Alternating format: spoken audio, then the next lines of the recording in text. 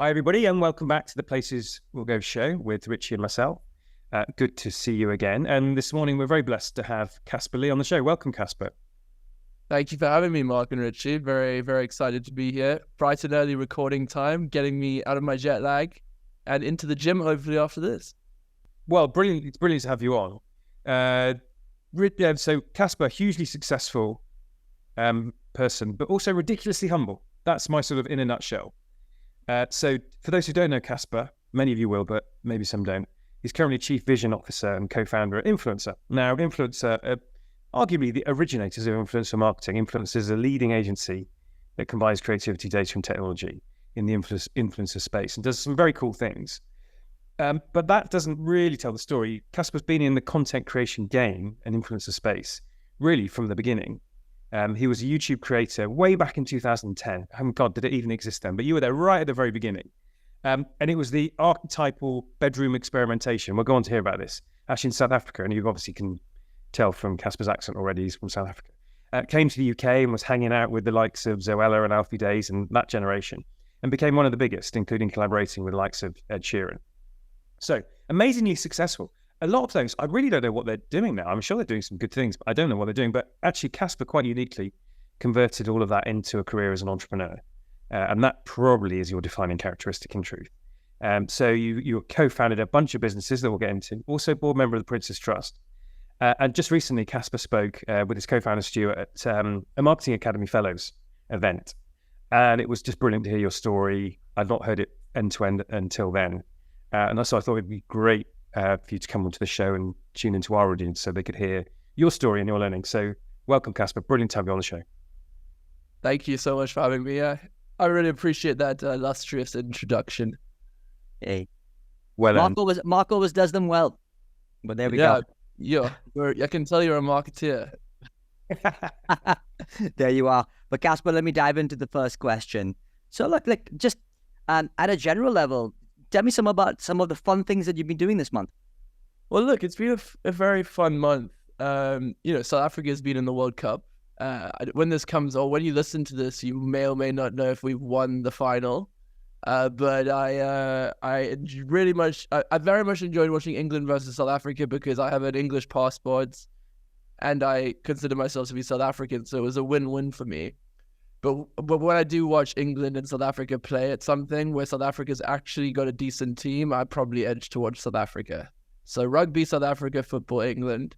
Other things I enjoy doing, I shot 87 in a round of golf. So for those who play golf, that's great for an 18 handicapper like me. And then talking yesterday at our company end of quarter, I really enjoyed getting the team together. We usually do it in like a cinema room and we bring an inspirational speaker. And then, I put together a few game shows for the team to win prizes and all sorts. And I just enjoyed kind of almost going back to my YouTube days, but within the company. So those are a few things I've enjoyed this last month. Brilliant. And we'll get back into the YouTube days. I have to confess that, obviously I'm going to the rugby as well. Caspar and I will both be there. Who are you supporting? Well, it's a tricky one because one of my best mates is South African, and I am like a jinx for England when they play against South Africa. Whenever I watch it with him, or I go to the game with him, or I go to the game, oh no, I always beat England. Gives me a bit of a kinship, but I'm probably actually 50-50 neutral, so which is rare, isn't it? But in the moment, I'll prefer one to the other. But let's say neutral. But already what comes through from you, Caspar, is like an energy, and particularly it's like a sportiness. And when I talk to Richie, he talks about like the Indian DNA, the spirit of Indian folks. Just tell me a little bit about what you see the spirit of South Africa being. Well, yeah, one thing that comes to mind is definitely our love for competing, and I think that comes from sports.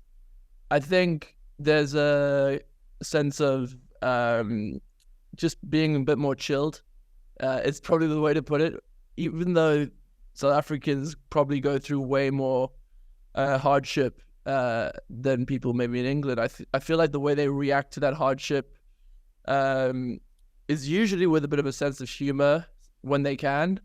And so yeah, look, I grew up in South Africa. I had an incredible childhood. It wasn't always easy. It was definitely a lot easier than most people in South Africa. But what I did get there is just a more relaxed kind of the glasses half full perspective of the world. And I think maybe that's also just a testament in growing up somewhere with a bit more space, a little bit more sun, being able to go outside and enjoying kind of the natural world a bit more. So yeah, I think it's going to be hard to beat the Kiwis on Saturday, but I think with Sia Khaleesi, someone like that, that story of someone who grew up in the way he grew up and is now leading our country and is just such a great leader, I think we have a good chance.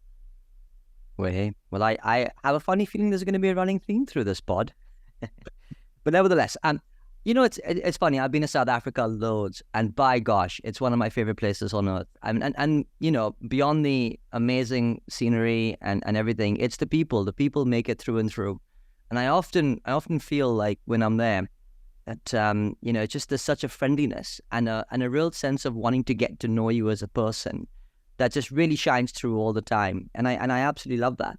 And so it kind of makes me wonder why people would want to come to the UK and live here. So, I'm going to put you on the spot and ask you, what made you come over and what are some of your reflections as a South African in the UK? Yeah, so I think for me, it's very much, it was YouTube. I had about 300,000 subscribers when I left South Africa, and that was already kind of definitely the fastest growing, if not biggest YouTuber in South Africa at that point. And so I felt slightly limited in what I could do there, and especially kind of brands and other creators weren't really focusing on YouTube. So that was my reason of leaving. I think there are a lot of people who currently do leave South Africa at a certain point, and that's sad. And I really would love more of us to stay and more of us to move back, and I definitely want to dedicate a lot of my life to South Africa. But yeah, I moved. I didn't know exactly where I was going to move. I spent a few days in Ireland where my parents are from.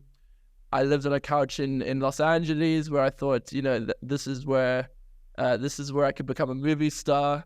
And then I realized I was looking in the mirror a bit too often while in LA, because I think I noticed how attractive everyone was, and I was like, I'm nowhere near that. So time to move back to London, and that's where it all happened for me. And I met a bunch of people, including you might have heard of someone like Zoella, Joe Sugg, and Joe and I moved in together, and we built our YouTube channels up. Yeah, it's so Joe beat you to Strictly, obviously.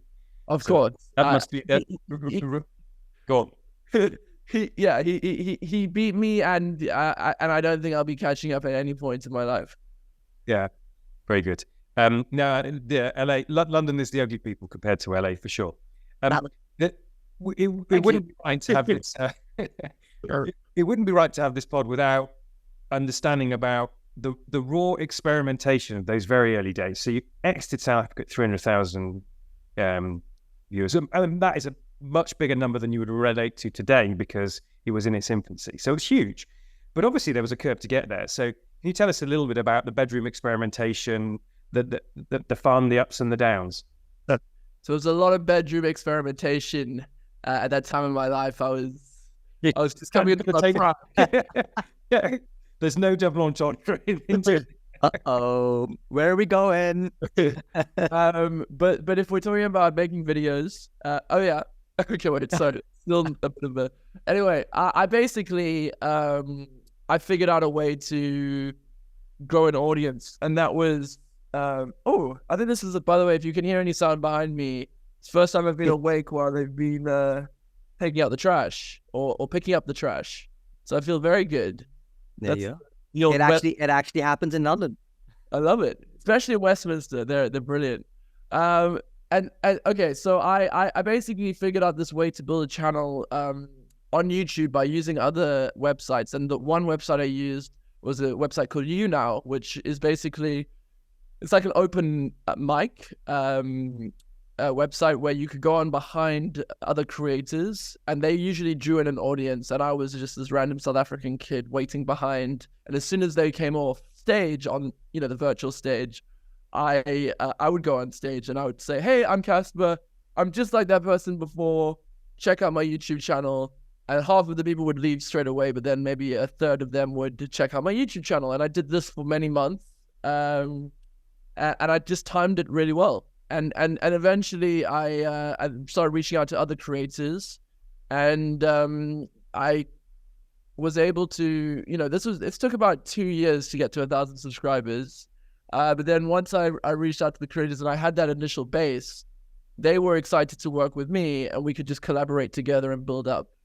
So that was kind of my strategy. It wasn't as much about the content in the early days, because I didn't actually know, you know, what good content was. I thought I did, but I made a video like, you know, what's more difficult, bathing or showering? That's not that interesting. I don't think that's going to come up in your For You page on TikTok today. Does that come into the bedroom experimentation? Dude, I don't know. It's a little bit dodgy. I'm not gonna lie. I didn't know I was on YouTube. I thought I was on something else. Hey, Caspar, it's incredible. And that's a lovely tip there, you know, just at the outset about how to build and galvanize an audience. I've got to pick up on one thing, though. Mark said at the outset, a bit of my guilty pleasure is I'm a big Ed Sheeran fan. And I'd love to hear a little bit more about some of those collabs with him and how it sort of all happened. And just give us a bit of a lowdown on that. Yeah, so it was a really interesting time where brands and celebrities like Ed Sheeran, Kevin Hart started noticing YouTube as a great way of reaching an audience that they weren't reaching when they went on Graham Norton. So I became like this almost talk show where a lot of, you know, those guys would actually request to go on. So Ed Sheeran, you know, he saw me make a video with Maisie Williams, and he's a big Game of Thrones fan. And so it was a mixture of these people reaching out, or their teams, you know, as part of a PR trip, knowing that I was this person who was really excited to do this. I think today it's a lot more common, so there isn't that kind of unique factor. But back when I was doing it, people were so interested by that content that it would just do extremely well. So yeah, I made like videos where Ed Sheeran would come to my bathroom. There's a bit of a theme here. I don't know. It's all a bit like making videos in weird places. And you know, we did like this thing called what I called brain freeze, which is like an ice bath challenge, which back then I didn't know being in an ice bath was good for you. I thought you'd want to get out of the ice bath as quickly as possible. You'd have to answer a question to get out of the ice bath. So things like that. And I thought it was very interesting that, you know, these celebrities were noticing this platform so early on. I'm just gonna interject there for a second, because Mark is a massive ice bath fan. He subscribes to the Wim Hof method. So there you go on all the health benefits that come along with it. But just to throw it in there. Yeah, thanks, Richie. It's full now, so this is not an advert, but I'm going for the Wim Hof Winter Expedition in Poland in early December, which is going to be a week of basically freezing my nuts off. I spoke to somebody and they said, what did they say? They said they won't give too much away, but don't take many clothes. They won't be needed. There we go. But so many precedents, whether that's Ed Sheeran or ice baths. So I'm going to ask the question. I'm sure you've been asked a million times, and it probably, let's exclude Ed Sheeran for now. But what's your favorite or most ridiculous piece of content that you've ever done? And that's quite a lot. So yeah, so I got to work with Maltesers, and always when working with brands, like my question as a YouTuber was, how can I elevate my content with them? And so I asked them if they had a bunch of like dud Maltesers I could borrow. It turns out they do. If you buy a pack of Maltesers, they're always perfect, and so they have a bunch that didn't quite make it through. So I asked if I could fill up a friend's car with Maltesers. And we were able to do it, almost creating like a bull pit of Maltesers in his car without him knowing, and then having him come back and being surprised. He wasn't happy. His name's Conor Maynard. He's a musician, and you know, he actually reacted quite well. We even got to, you know, use proper like trucks to fill this up. So it was it was really fun. Amazing. Caspar, I'm gonna ask. I mean, you talk about the refinement of your videos and starting with sort of more collabs into more creative stuff, and of course, a great example. I mean, where does creativity come from for you? What's the magic source behind it, or the inspiration? I think it's like allowing yourself to be weird and maybe not going through the normal channels to become a creative, if that makes sense. So. Yeah.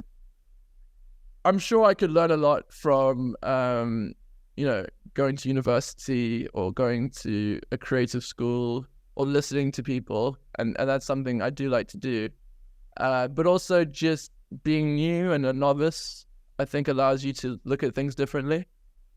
And so, in the early days, that meant the videos were really bad. But I do think it gives you a new way of looking at problems and looking at content. And then I think now in today's age where maybe you can't experiment as much on social media, I think there's a lot of creativity coming from inspiration, which I don't think is bad. I think if you can be inspired by someone else and translate that into a new piece of content that people enjoy, I still think that's creative. But I think that's a different way to how I kind of did it back in the day. It's such a powerful thing you said there, Caspar. Allow yourself to be weird and be new. You say that maybe it's less relevant today, but I think if you flip that into just be yourself and allow your true self to come through in all content creation and indeed in all our lives, that's a really powerful thing, because today everything's so sort of constrained and squashed and optimized. So I'm going to talk about the flip into entrepreneurship. So as I said, I think relatively uniquely, you flipped from almost, springboarding from one career into another and had a lot of success as an entrepreneur. What was the moment, the thinking? Was it always something you had always planned? How did it happen? Yeah, so when I grew up, I always wanted to be, I think Richard Branson was the figure. And so I used to actually write him letters telling him about my Tourette syndrome, actually trying to get an upgrade on Virgin Atlantic flights by saying I'd kick the person in front of me if he didn't give me the upgrade. So it was maybe I don't know if that's why or my successful. No, you didn't. It wasn't successful through writing the letter, but once I turned up at the flight desk, and I told them, and it's not like I wasn't lying. I did need to stretch my leg, and I was like, I'm in a middle seat. Must have been like 14. I'm in the middle seats, and I'm going to be kicking the person in front of me. And they did give me a premium economy upgrade, which to me felt like business class. I didn't know there was anything else. So that was fun, but and then also my parents, they did loads of different things, and one of the things was having a chocolate factory, which sounds amazing, but was actually a lot of work. So I grew up wanting to be an entrepreneur. I had like a little bookshop at the local market and so on, and I think part of that was becoming a YouTuber. I think becoming a YouTuber is very entrepreneurial. In its own right, and it actually gives you a lot of skills as almost an individual contributor, being able to do loads of different parts of running a business. For one, you have to set up a company usually when you become a YouTuber if you want to do it financially efficiently. So I always wanted to do that, and then there wasn't this one moment. I met Ben, which really helped. So Ben's my co-founder. I actually met him through, it's a funny story. I did a video where I was going to go on a date with a girl on Tinder, and I was going to record, not the date, but I was going to record how it went with her afterwards. And so, yeah, we did that. And then we recorded this video, and we ended up dating. And so she then introduced me to Ben, who apparently wanted to reach out because he saw my face on buses in London. So it's this really long story, because they were promoting YouTube at the time in London, and my face was on the bus. And so we called it a Tinder success story. And he convinced me that influencer.com would be a really interesting place for me to explore my entrepreneurial spirit. And so I came on as co-founder. And so we launched influencer.com together. Then around the same time, Joe Saganai, who I mentioned earlier, who's also a YouTuber, we left our management and launched our own management company with WME, called MVE. It was called Margravine at the time, but it's now MVE. And so I did those two things at a very similar period. And I didn't leave YouTube that day, but I started to see myself more and more interested in helping other creators with the management stuff, and then working with creators at scale and brands with influencer. And it felt like the perfect way to translate my skills into something that I felt would help me long term. It sounds fabulous, Caspar. What a lovely journey there, and an embroidering moment in time when you converted and moved on. Tell me a little bit more about the companies, and more about how you would engage with brands and how would you work with influencers, with that. Yeah, so I'll talk more about influencer.com, because MVE is just pure 360 management, which I think most people understand. So influencer.com, we connect brands and creators, and so there are a lot of amazing brands out there who want to work with influencers because they understand now that people-led social is just where it's at. So we help them do that, and a lot of the brands we work with want to work with tens of creators, hundreds of creators, even thousands of creators at a time, and to contract, engage, pay, also know which creators to work with, translate the creative idea that you have for your campaign to each one so that it works, and that the algorithm isn't just going to make it not a thumb-stopping piece of content, and all of that sort of stuff is where we come in. And so it's a mixture of our people and our platform that allow us to do this at scale. And we work with a lot of blue chip clients that you would have heard of, tourism boards, and you've created tens of thousands of pieces of content, hopefully stuff that you don't try and avoid when you are searching and clicking around social. I'm just going to do a little confession to faux pas. I think I called Ben Stew back in the intro, but anyway, apologies, Ben. So how did I do that? Anyway, so this like influencer marketing is the hot ticket right now. It's expanding rapidly, and you're helping brands to navigate through. How does it feel that you're now, like quite serious, I suppose, as opposed to allowing you don't have a chance, maybe as much an outlet for your creativity and the chance to be weird and to be new. So do you miss anything from that previous chapter? I miss the instant gratification of creating and uploading and people reacting, and so I still do a bit of that. But in terms of influencer, what I like about it is when things are difficult, you have a team, and so I didn't really build that for myself on YouTube, and maybe that's a regret I have, because I think you can see it like a business. As I said earlier, it is a business. And a lot of people are doing that. And I think it helps when it comes to pressure, when it comes to burnout. And you just have to be so consistent these days when you're doing social. So you have to treat it, be it you being a YouTuber or a brand, you have to properly strategize and build a team around it. And so, I mean, influencers, we've got well over 100 people now working across, London, the US, Mia, and I love being able to try and bring some of that weirdness from YouTube into our culture, and not become a boring kind of growth company.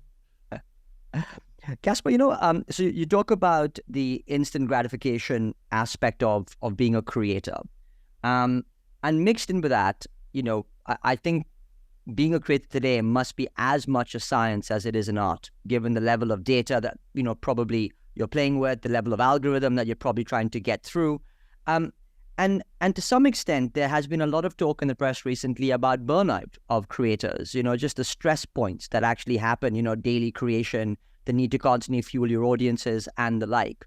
So I want to get a sense from you on perhaps how, if someone was thinking about being a creator or seeing it as a glamorous career and space and place, what perhaps are some of the almost the downsides or the ways to mitigate against that mental health aspect of things, and the extent to which you think creators can actually be successful, or new creators can be successful today, given the level of algorithm that plays into the mix and things like that.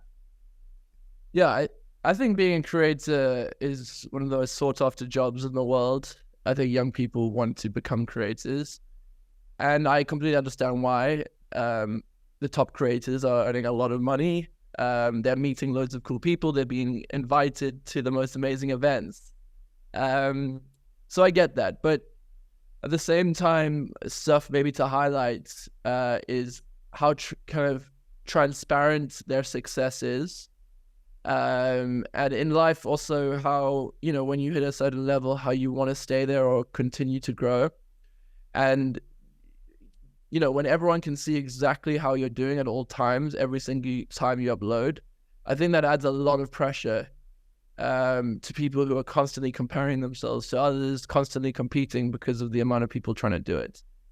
And at the same time, it's not necessarily the science or this art where you can constantly win no matter how creative you are or scientific you are. Sometimes the algorithm just for some reason, or people just don't react in the way you think they're going to react. And I don't think you can put it into a bottle every single time. And so, yeah, I think about it a lot. I think about how some creators last 20 years or will last 20 years. And how some creators last like 3 years or even less. And so I do think if you become a creator and you only become a creator for 3 years and you do it quite successfully, I don't think that means you're not going to have a life afterwards, because there's so many other forms of marketing, especially now, that need that skill, or other creators who would love to hire you. There's actually one of the really interesting things is like the amount of creators trying to find editors at the moment to understand how to create content for YouTube. And these editors are in extreme demand and doing extremely well. And then you even have consultants and all sorts of weird and wonderful work that comes off the back of it. So yeah, I would just say mentally it's draining, but there's a lot of reward. Yeah, it's gonna, as I said at the end there, I do think ultimately, if you're even a creator for a little bit, you'll learn so many skills that you can translate into other forms. So it's a great career to go after. Yeah, and it's still incredibly sought after amongst the younger generation. So let's talk a bit about leadership culture. You're leading a successful, growing business. So you're having to play that leadership role day in, day out. Who is Caspar as a leader, and what's the culture you're trying to create at Influencer? Yeah, so the culture we're trying to create is that people are happy to be there, I suppose, if I'm going to put it into a bottle, that feel like they're doing something good.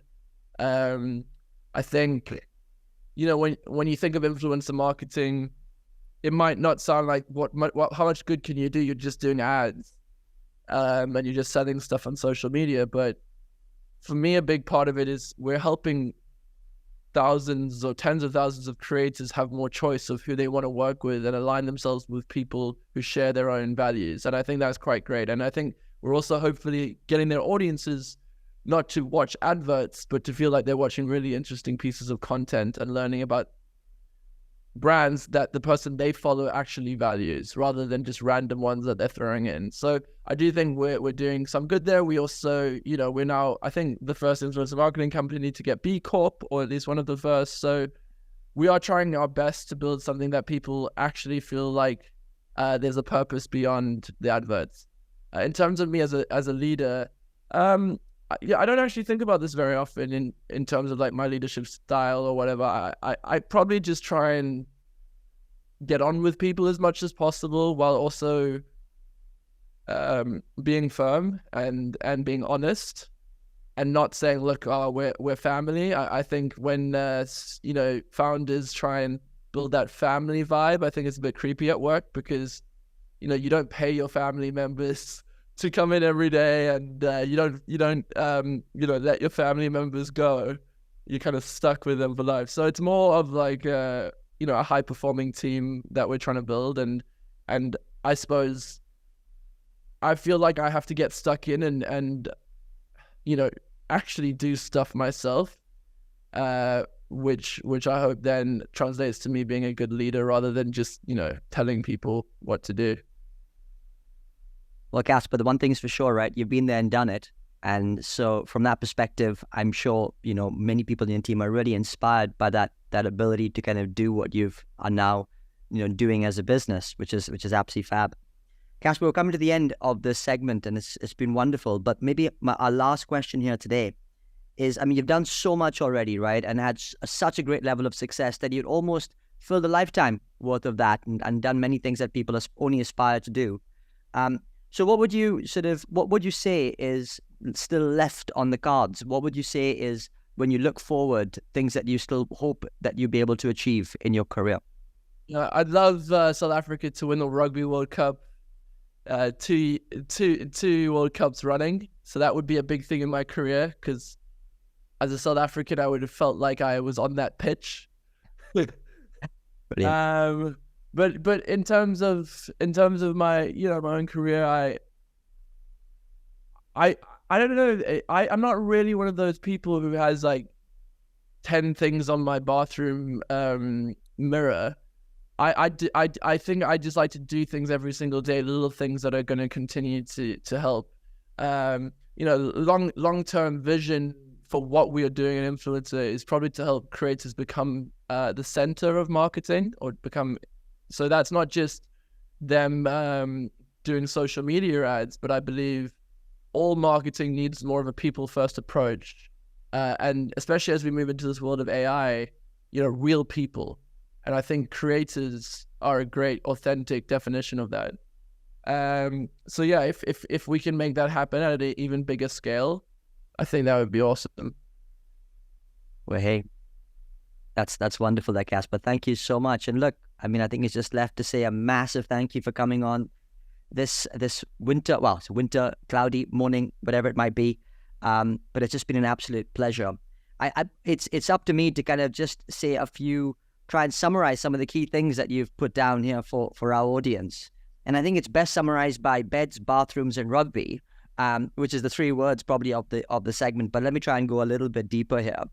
We talked about South Africa, and it completely comes across that you're a real advocate of the country, and rightly so.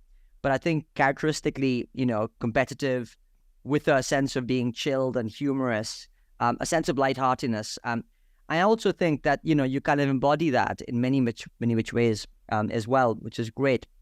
It's insane to think, the fastest YouTuber, the fastest growing YouTuber in South Africa, and then of course coming over to the UK in order to kind of extend your career, and what a career in that space you've had. Bedroom experimentation in more ways than one, clearly, as well through that process.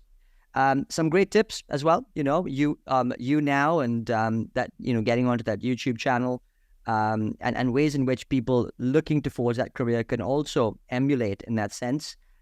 Interesting to hear that at the outset, you were thinking about it more strategically than you were content, of course, dabbling in content, but you had a much more strategic thought around getting in the right places and actually mixing with the right people, which then led to the more sort of, the spiraling of it all, the snowball effect, and of course, as you are practicing your craft.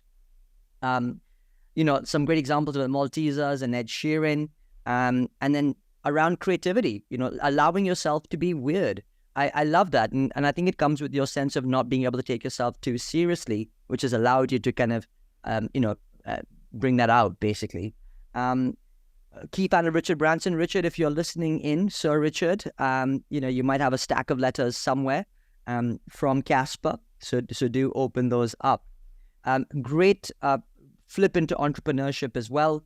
Influencer.com, tens of creators, and actually an expanding place for both big brands and creators to find connection and homes. And Caspar, I'm sure you're going to lead the way in all of that. You're thinking around and you're tempering the enthusiasm, thinking about the transparency and the pressure that comes with being a creator is also something that I think, temper the enthusiasm sometimes. And I think that's the other side of the glamour that we see on screen and on YouTube. And then just the final point, around leadership and also kind of mixed into that, your own aspirations and visions for the future. Just happy to be here. You're a B Corp guy. I mean, that strong sense of values that you're trying to embody in the organization. And it's all about, getting on with people. I love that when you think about it, just being very human. And as well, that seems very much at the center of your vision for the organization, to actually create creators to become the center of marketing in a more humanized way. And of course, let's hope South Africa wins for the second time. So there you go, Caspar. An absolute pleasure having you on this morning. It's been absolutely brilliant. Thank you so much, Richie. Thank you, Mark. Thank you.